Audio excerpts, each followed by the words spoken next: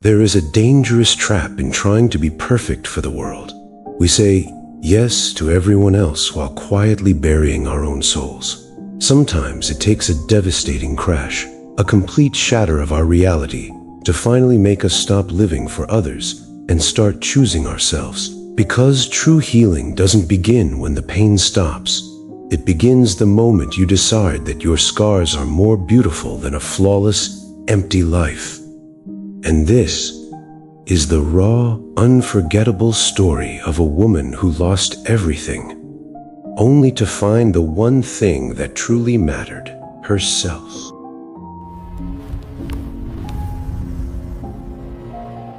Emma was only 18 when her life changed forever.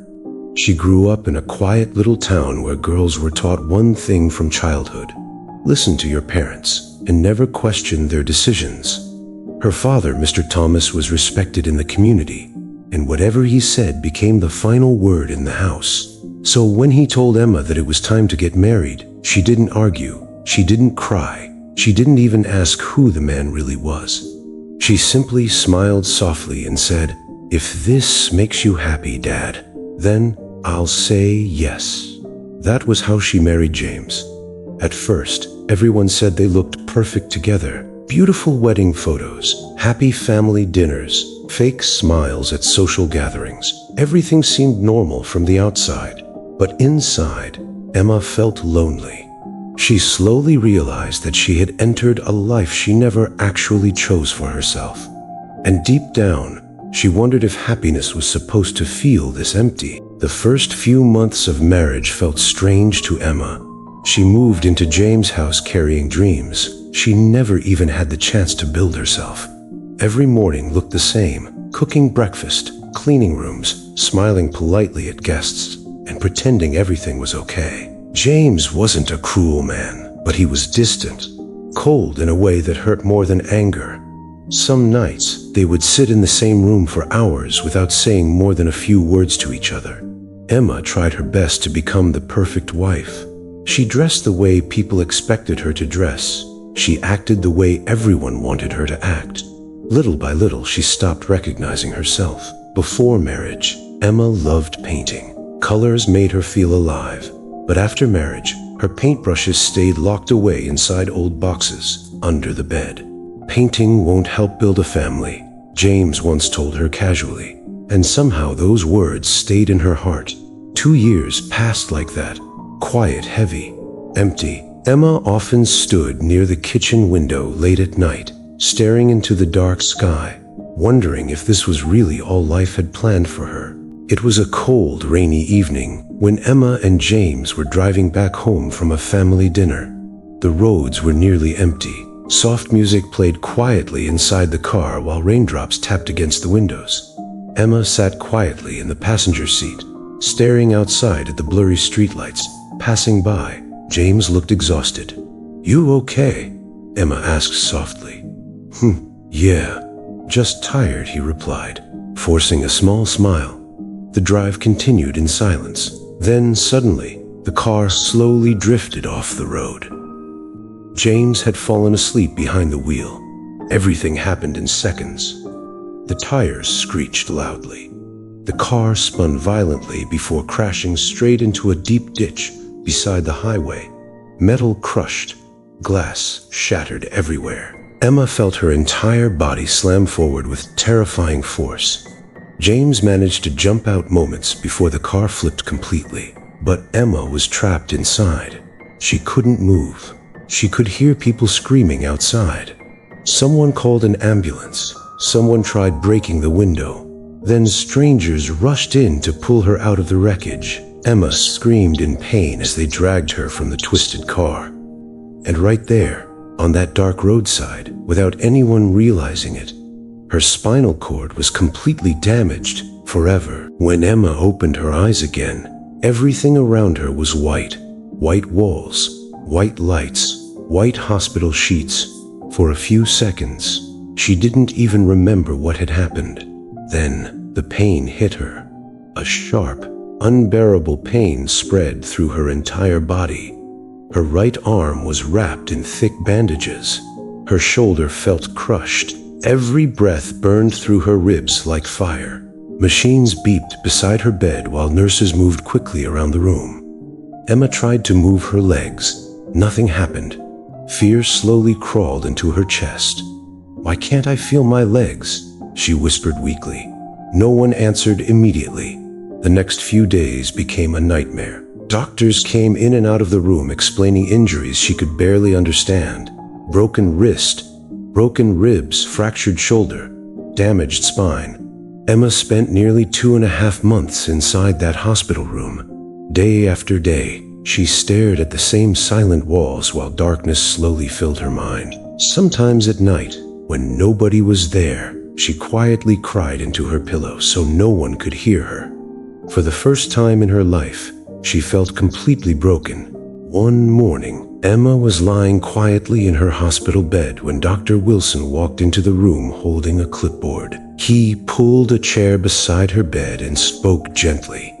"Emma, I heard you loved painting before marriage." Emma gave a small smile. "I did." Dr. Wilson looked down for a moment before speaking again. "I'm sorry, but with the damage in your arm and hand, you may never paint again." Those words hit harder than the accident itself. Painting was the only thing that ever made Emma feel truly alive. But before she could even process that pain, the next day brought even worse news. Dr. Wilson returned and carefully explained that her spinal injury was permanent. "You may never walk again."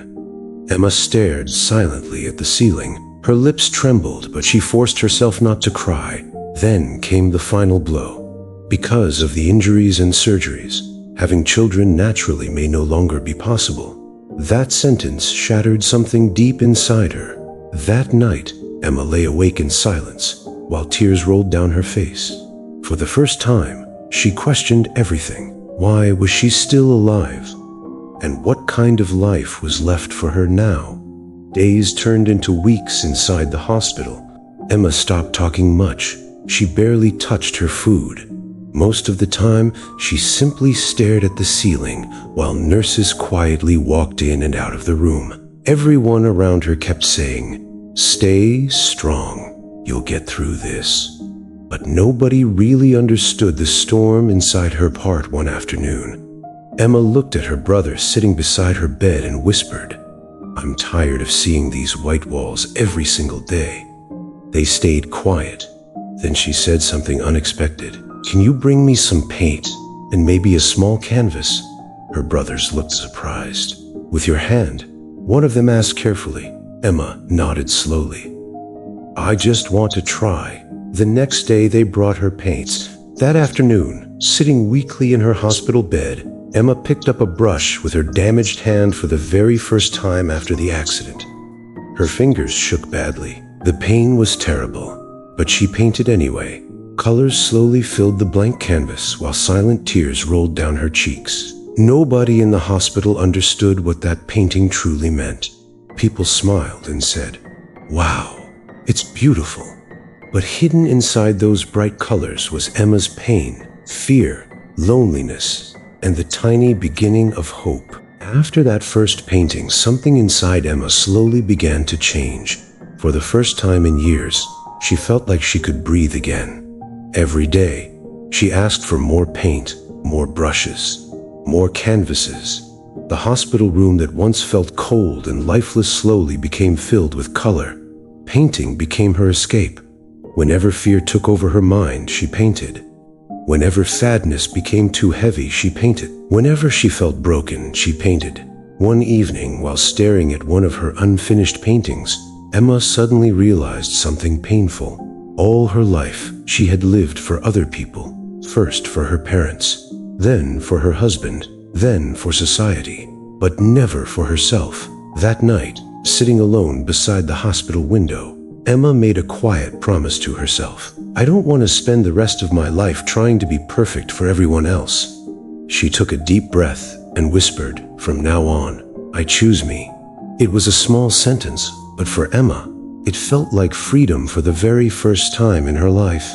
Once Emma left the hospital, real life became much harder than she expected. People stared at her wheelchair everywhere she went. Some looked at her with pity. Others looked uncomfortable, as if her pain reminded them how quickly life could change. But the hardest part wasn't the wheelchair, it was her marriage. James had become more distant after the accident. Their conversations felt forced, empty. Sometimes days passed without any real connection between them. Deep inside, Emma already knew the truth. Their marriage had been broken long before the accident ever happened. One night, Emma sat alone in her room with a notebook in her lap. She started writing down every fear she carried inside her heart. Fear of rejection, fear of loneliness, fear of being unwanted. And at the very top of the list was one word: divorce. Emma stared at that word for a long time. Then slowly, tears filled her eyes. For years, she had stayed in an unhappy marriage because she was terrified of what people would say. But now she finally understood something important. Sometimes freedom begins the moment you stop being afraid. And that night, Emma made the hardest decision of her life. She decided to let James go. The divorce wasn't dramatic. There were no screaming fights, no broken plates, no emotional goodbye. It ended quietly, almost like two strangers walking away from a story that had already died a long time ago. At first, Emma thought she would completely fall apart after it ended. She had spent years believing that divorce meant failure. In her family, divorced women were whispered about like they had done something shameful. But strangely, after signing the papers, Emma felt lighter, like she could finally breathe without pressure crushing her chest. Months later, she heard that James was getting married again. For a moment, the old pain returned. She stared at her phone for almost an hour, thinking about whether she should say anything at all. Then slowly she typed, "I'm truly happy for you. I wish you nothing but the best." And she meant it, because forgiveness wasn't about James anymore. It was about setting herself free from bitterness. That message became the final chapter of her old life, and the beginning of a brand new one. Even after the divorce, one pain still lived deep inside Emma's heart. The doctors had told her she would never be able to have children. Some nights, she would sit alone in her apartment, holding tiny baby clothes she once dreamed of buying someday. She tried to act strong in front of everyone, but inside, she still felt incomplete. On an afternoon, while scrolling online, Emma came across a video of children living in an orphanage. Some were laughing, some were quietly sitting alone, waiting for someone to notice them. And suddenly, something inside her changed. She realized motherhood wasn't only about giving birth, it was about giving love. That same week, Emma filled out adoption forms and contacted several orphanages. The waiting process took nearly 2 years. Then one morning, her phone rang. A woman on the other side softly said, "Hi, are you Emma? There's a newborn baby boy here. Would you like to meet him?" Emma's hand started shaking immediately. Tears filled her eyes before she could even answer. "Yes," she whispered emotionally. "Yes, I'm coming." And in that moment, for the very first time in years, her heart finally felt whole again. Emma drove for hours to reach the small orphanage in a quiet little town. Her heart was racing the entire way. She kept thinking, what if he doesn't like me? What if I'm not good enough to be a mother? When she finally arrived, an elderly woman welcomed her inside with a warm smile. "He's sleeping right now," she whispered gently. Emma followed her down a small hallway until they reached a tiny room filled with soft baby blankets and the quiet sound of children breathing. And there he was, a 2-day-old baby boy wrapped in a light blue blanket. So small, so fragile. Emma slowly moved closer, her wheelchair rolling carefully across the floor. The nurse gently placed the baby into her arms. The moment Emma looked into his tiny face, something inside her completely melted. No fear, no sadness, no emptiness. Only love. Tears rolled down her cheeks as she softly whispered, "Hi, Noah. I'm your mom." For the first time since the accident, Emma no longer felt broken, because in that tiny little room, holding that baby close to her chest, she finally found a reason to fully live again. Life with Noah changed everything for Emma. Her apartment, once silent and lonely, was now filled with laughter, baby toys, and sleepless nights. Every morning, Noah's tiny smile reminded her that life still had beautiful surprises waiting ahead. But outside her home, the world still treated her differently. Whenever Emma went out in her wheelchair, people stared. Some people spoke to her slowly like she was helpless. Others avoided eye contact completely. At first, those reactions hurt deeply. Then one day, Emma looked at herself in the mirror and said, "Why am I hiding from the world?" That moment changed her mindset completely. Instead of disappearing, Emma decided to show herself more. She started sharing her paintings online. Soon, people began noticing her artwork. Then modeling agencies contacted her for wheelchair-inclusive campaigns. Later, a local television channel invited her to speak about disability awareness. Emma was terrified every single time she appeared in public. But she did it anyway, because she finally understood something powerful.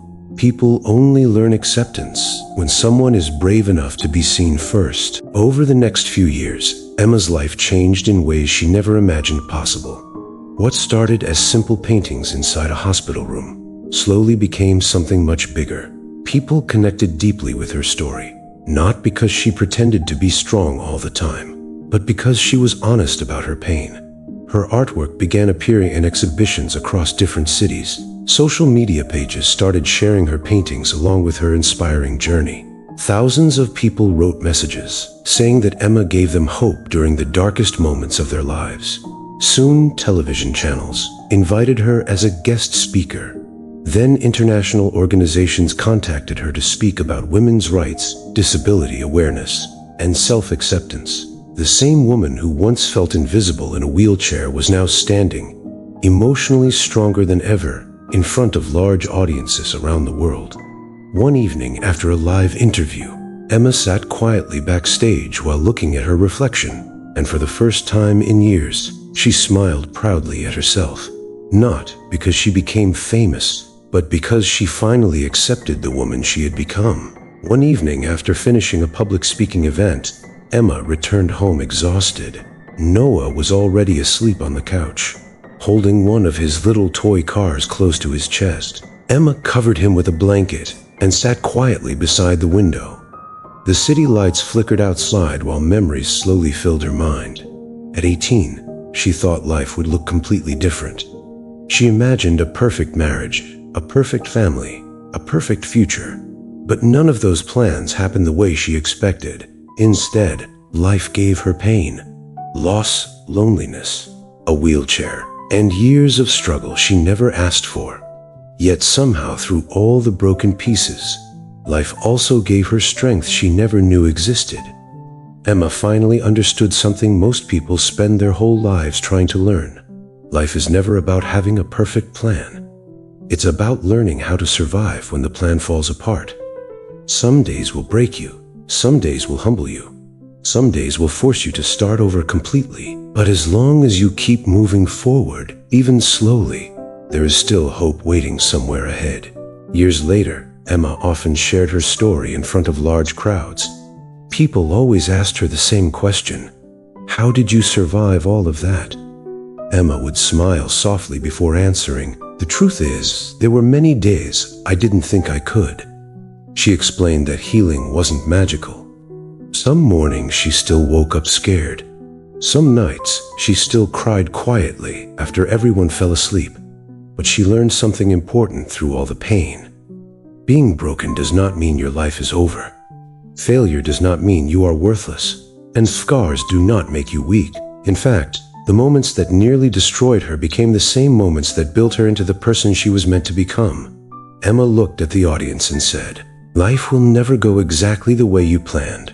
Sometimes it will hurt you deeply. Sometimes it will knock you down over and over again.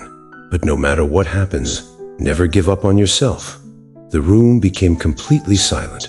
Then she smiled and spoke the words that stayed in people's hearts forever. Be grateful for every breath you take. Celebrate your life. And most importantly, Don't die before your death, because real happiness begins the moment you choose to truly live.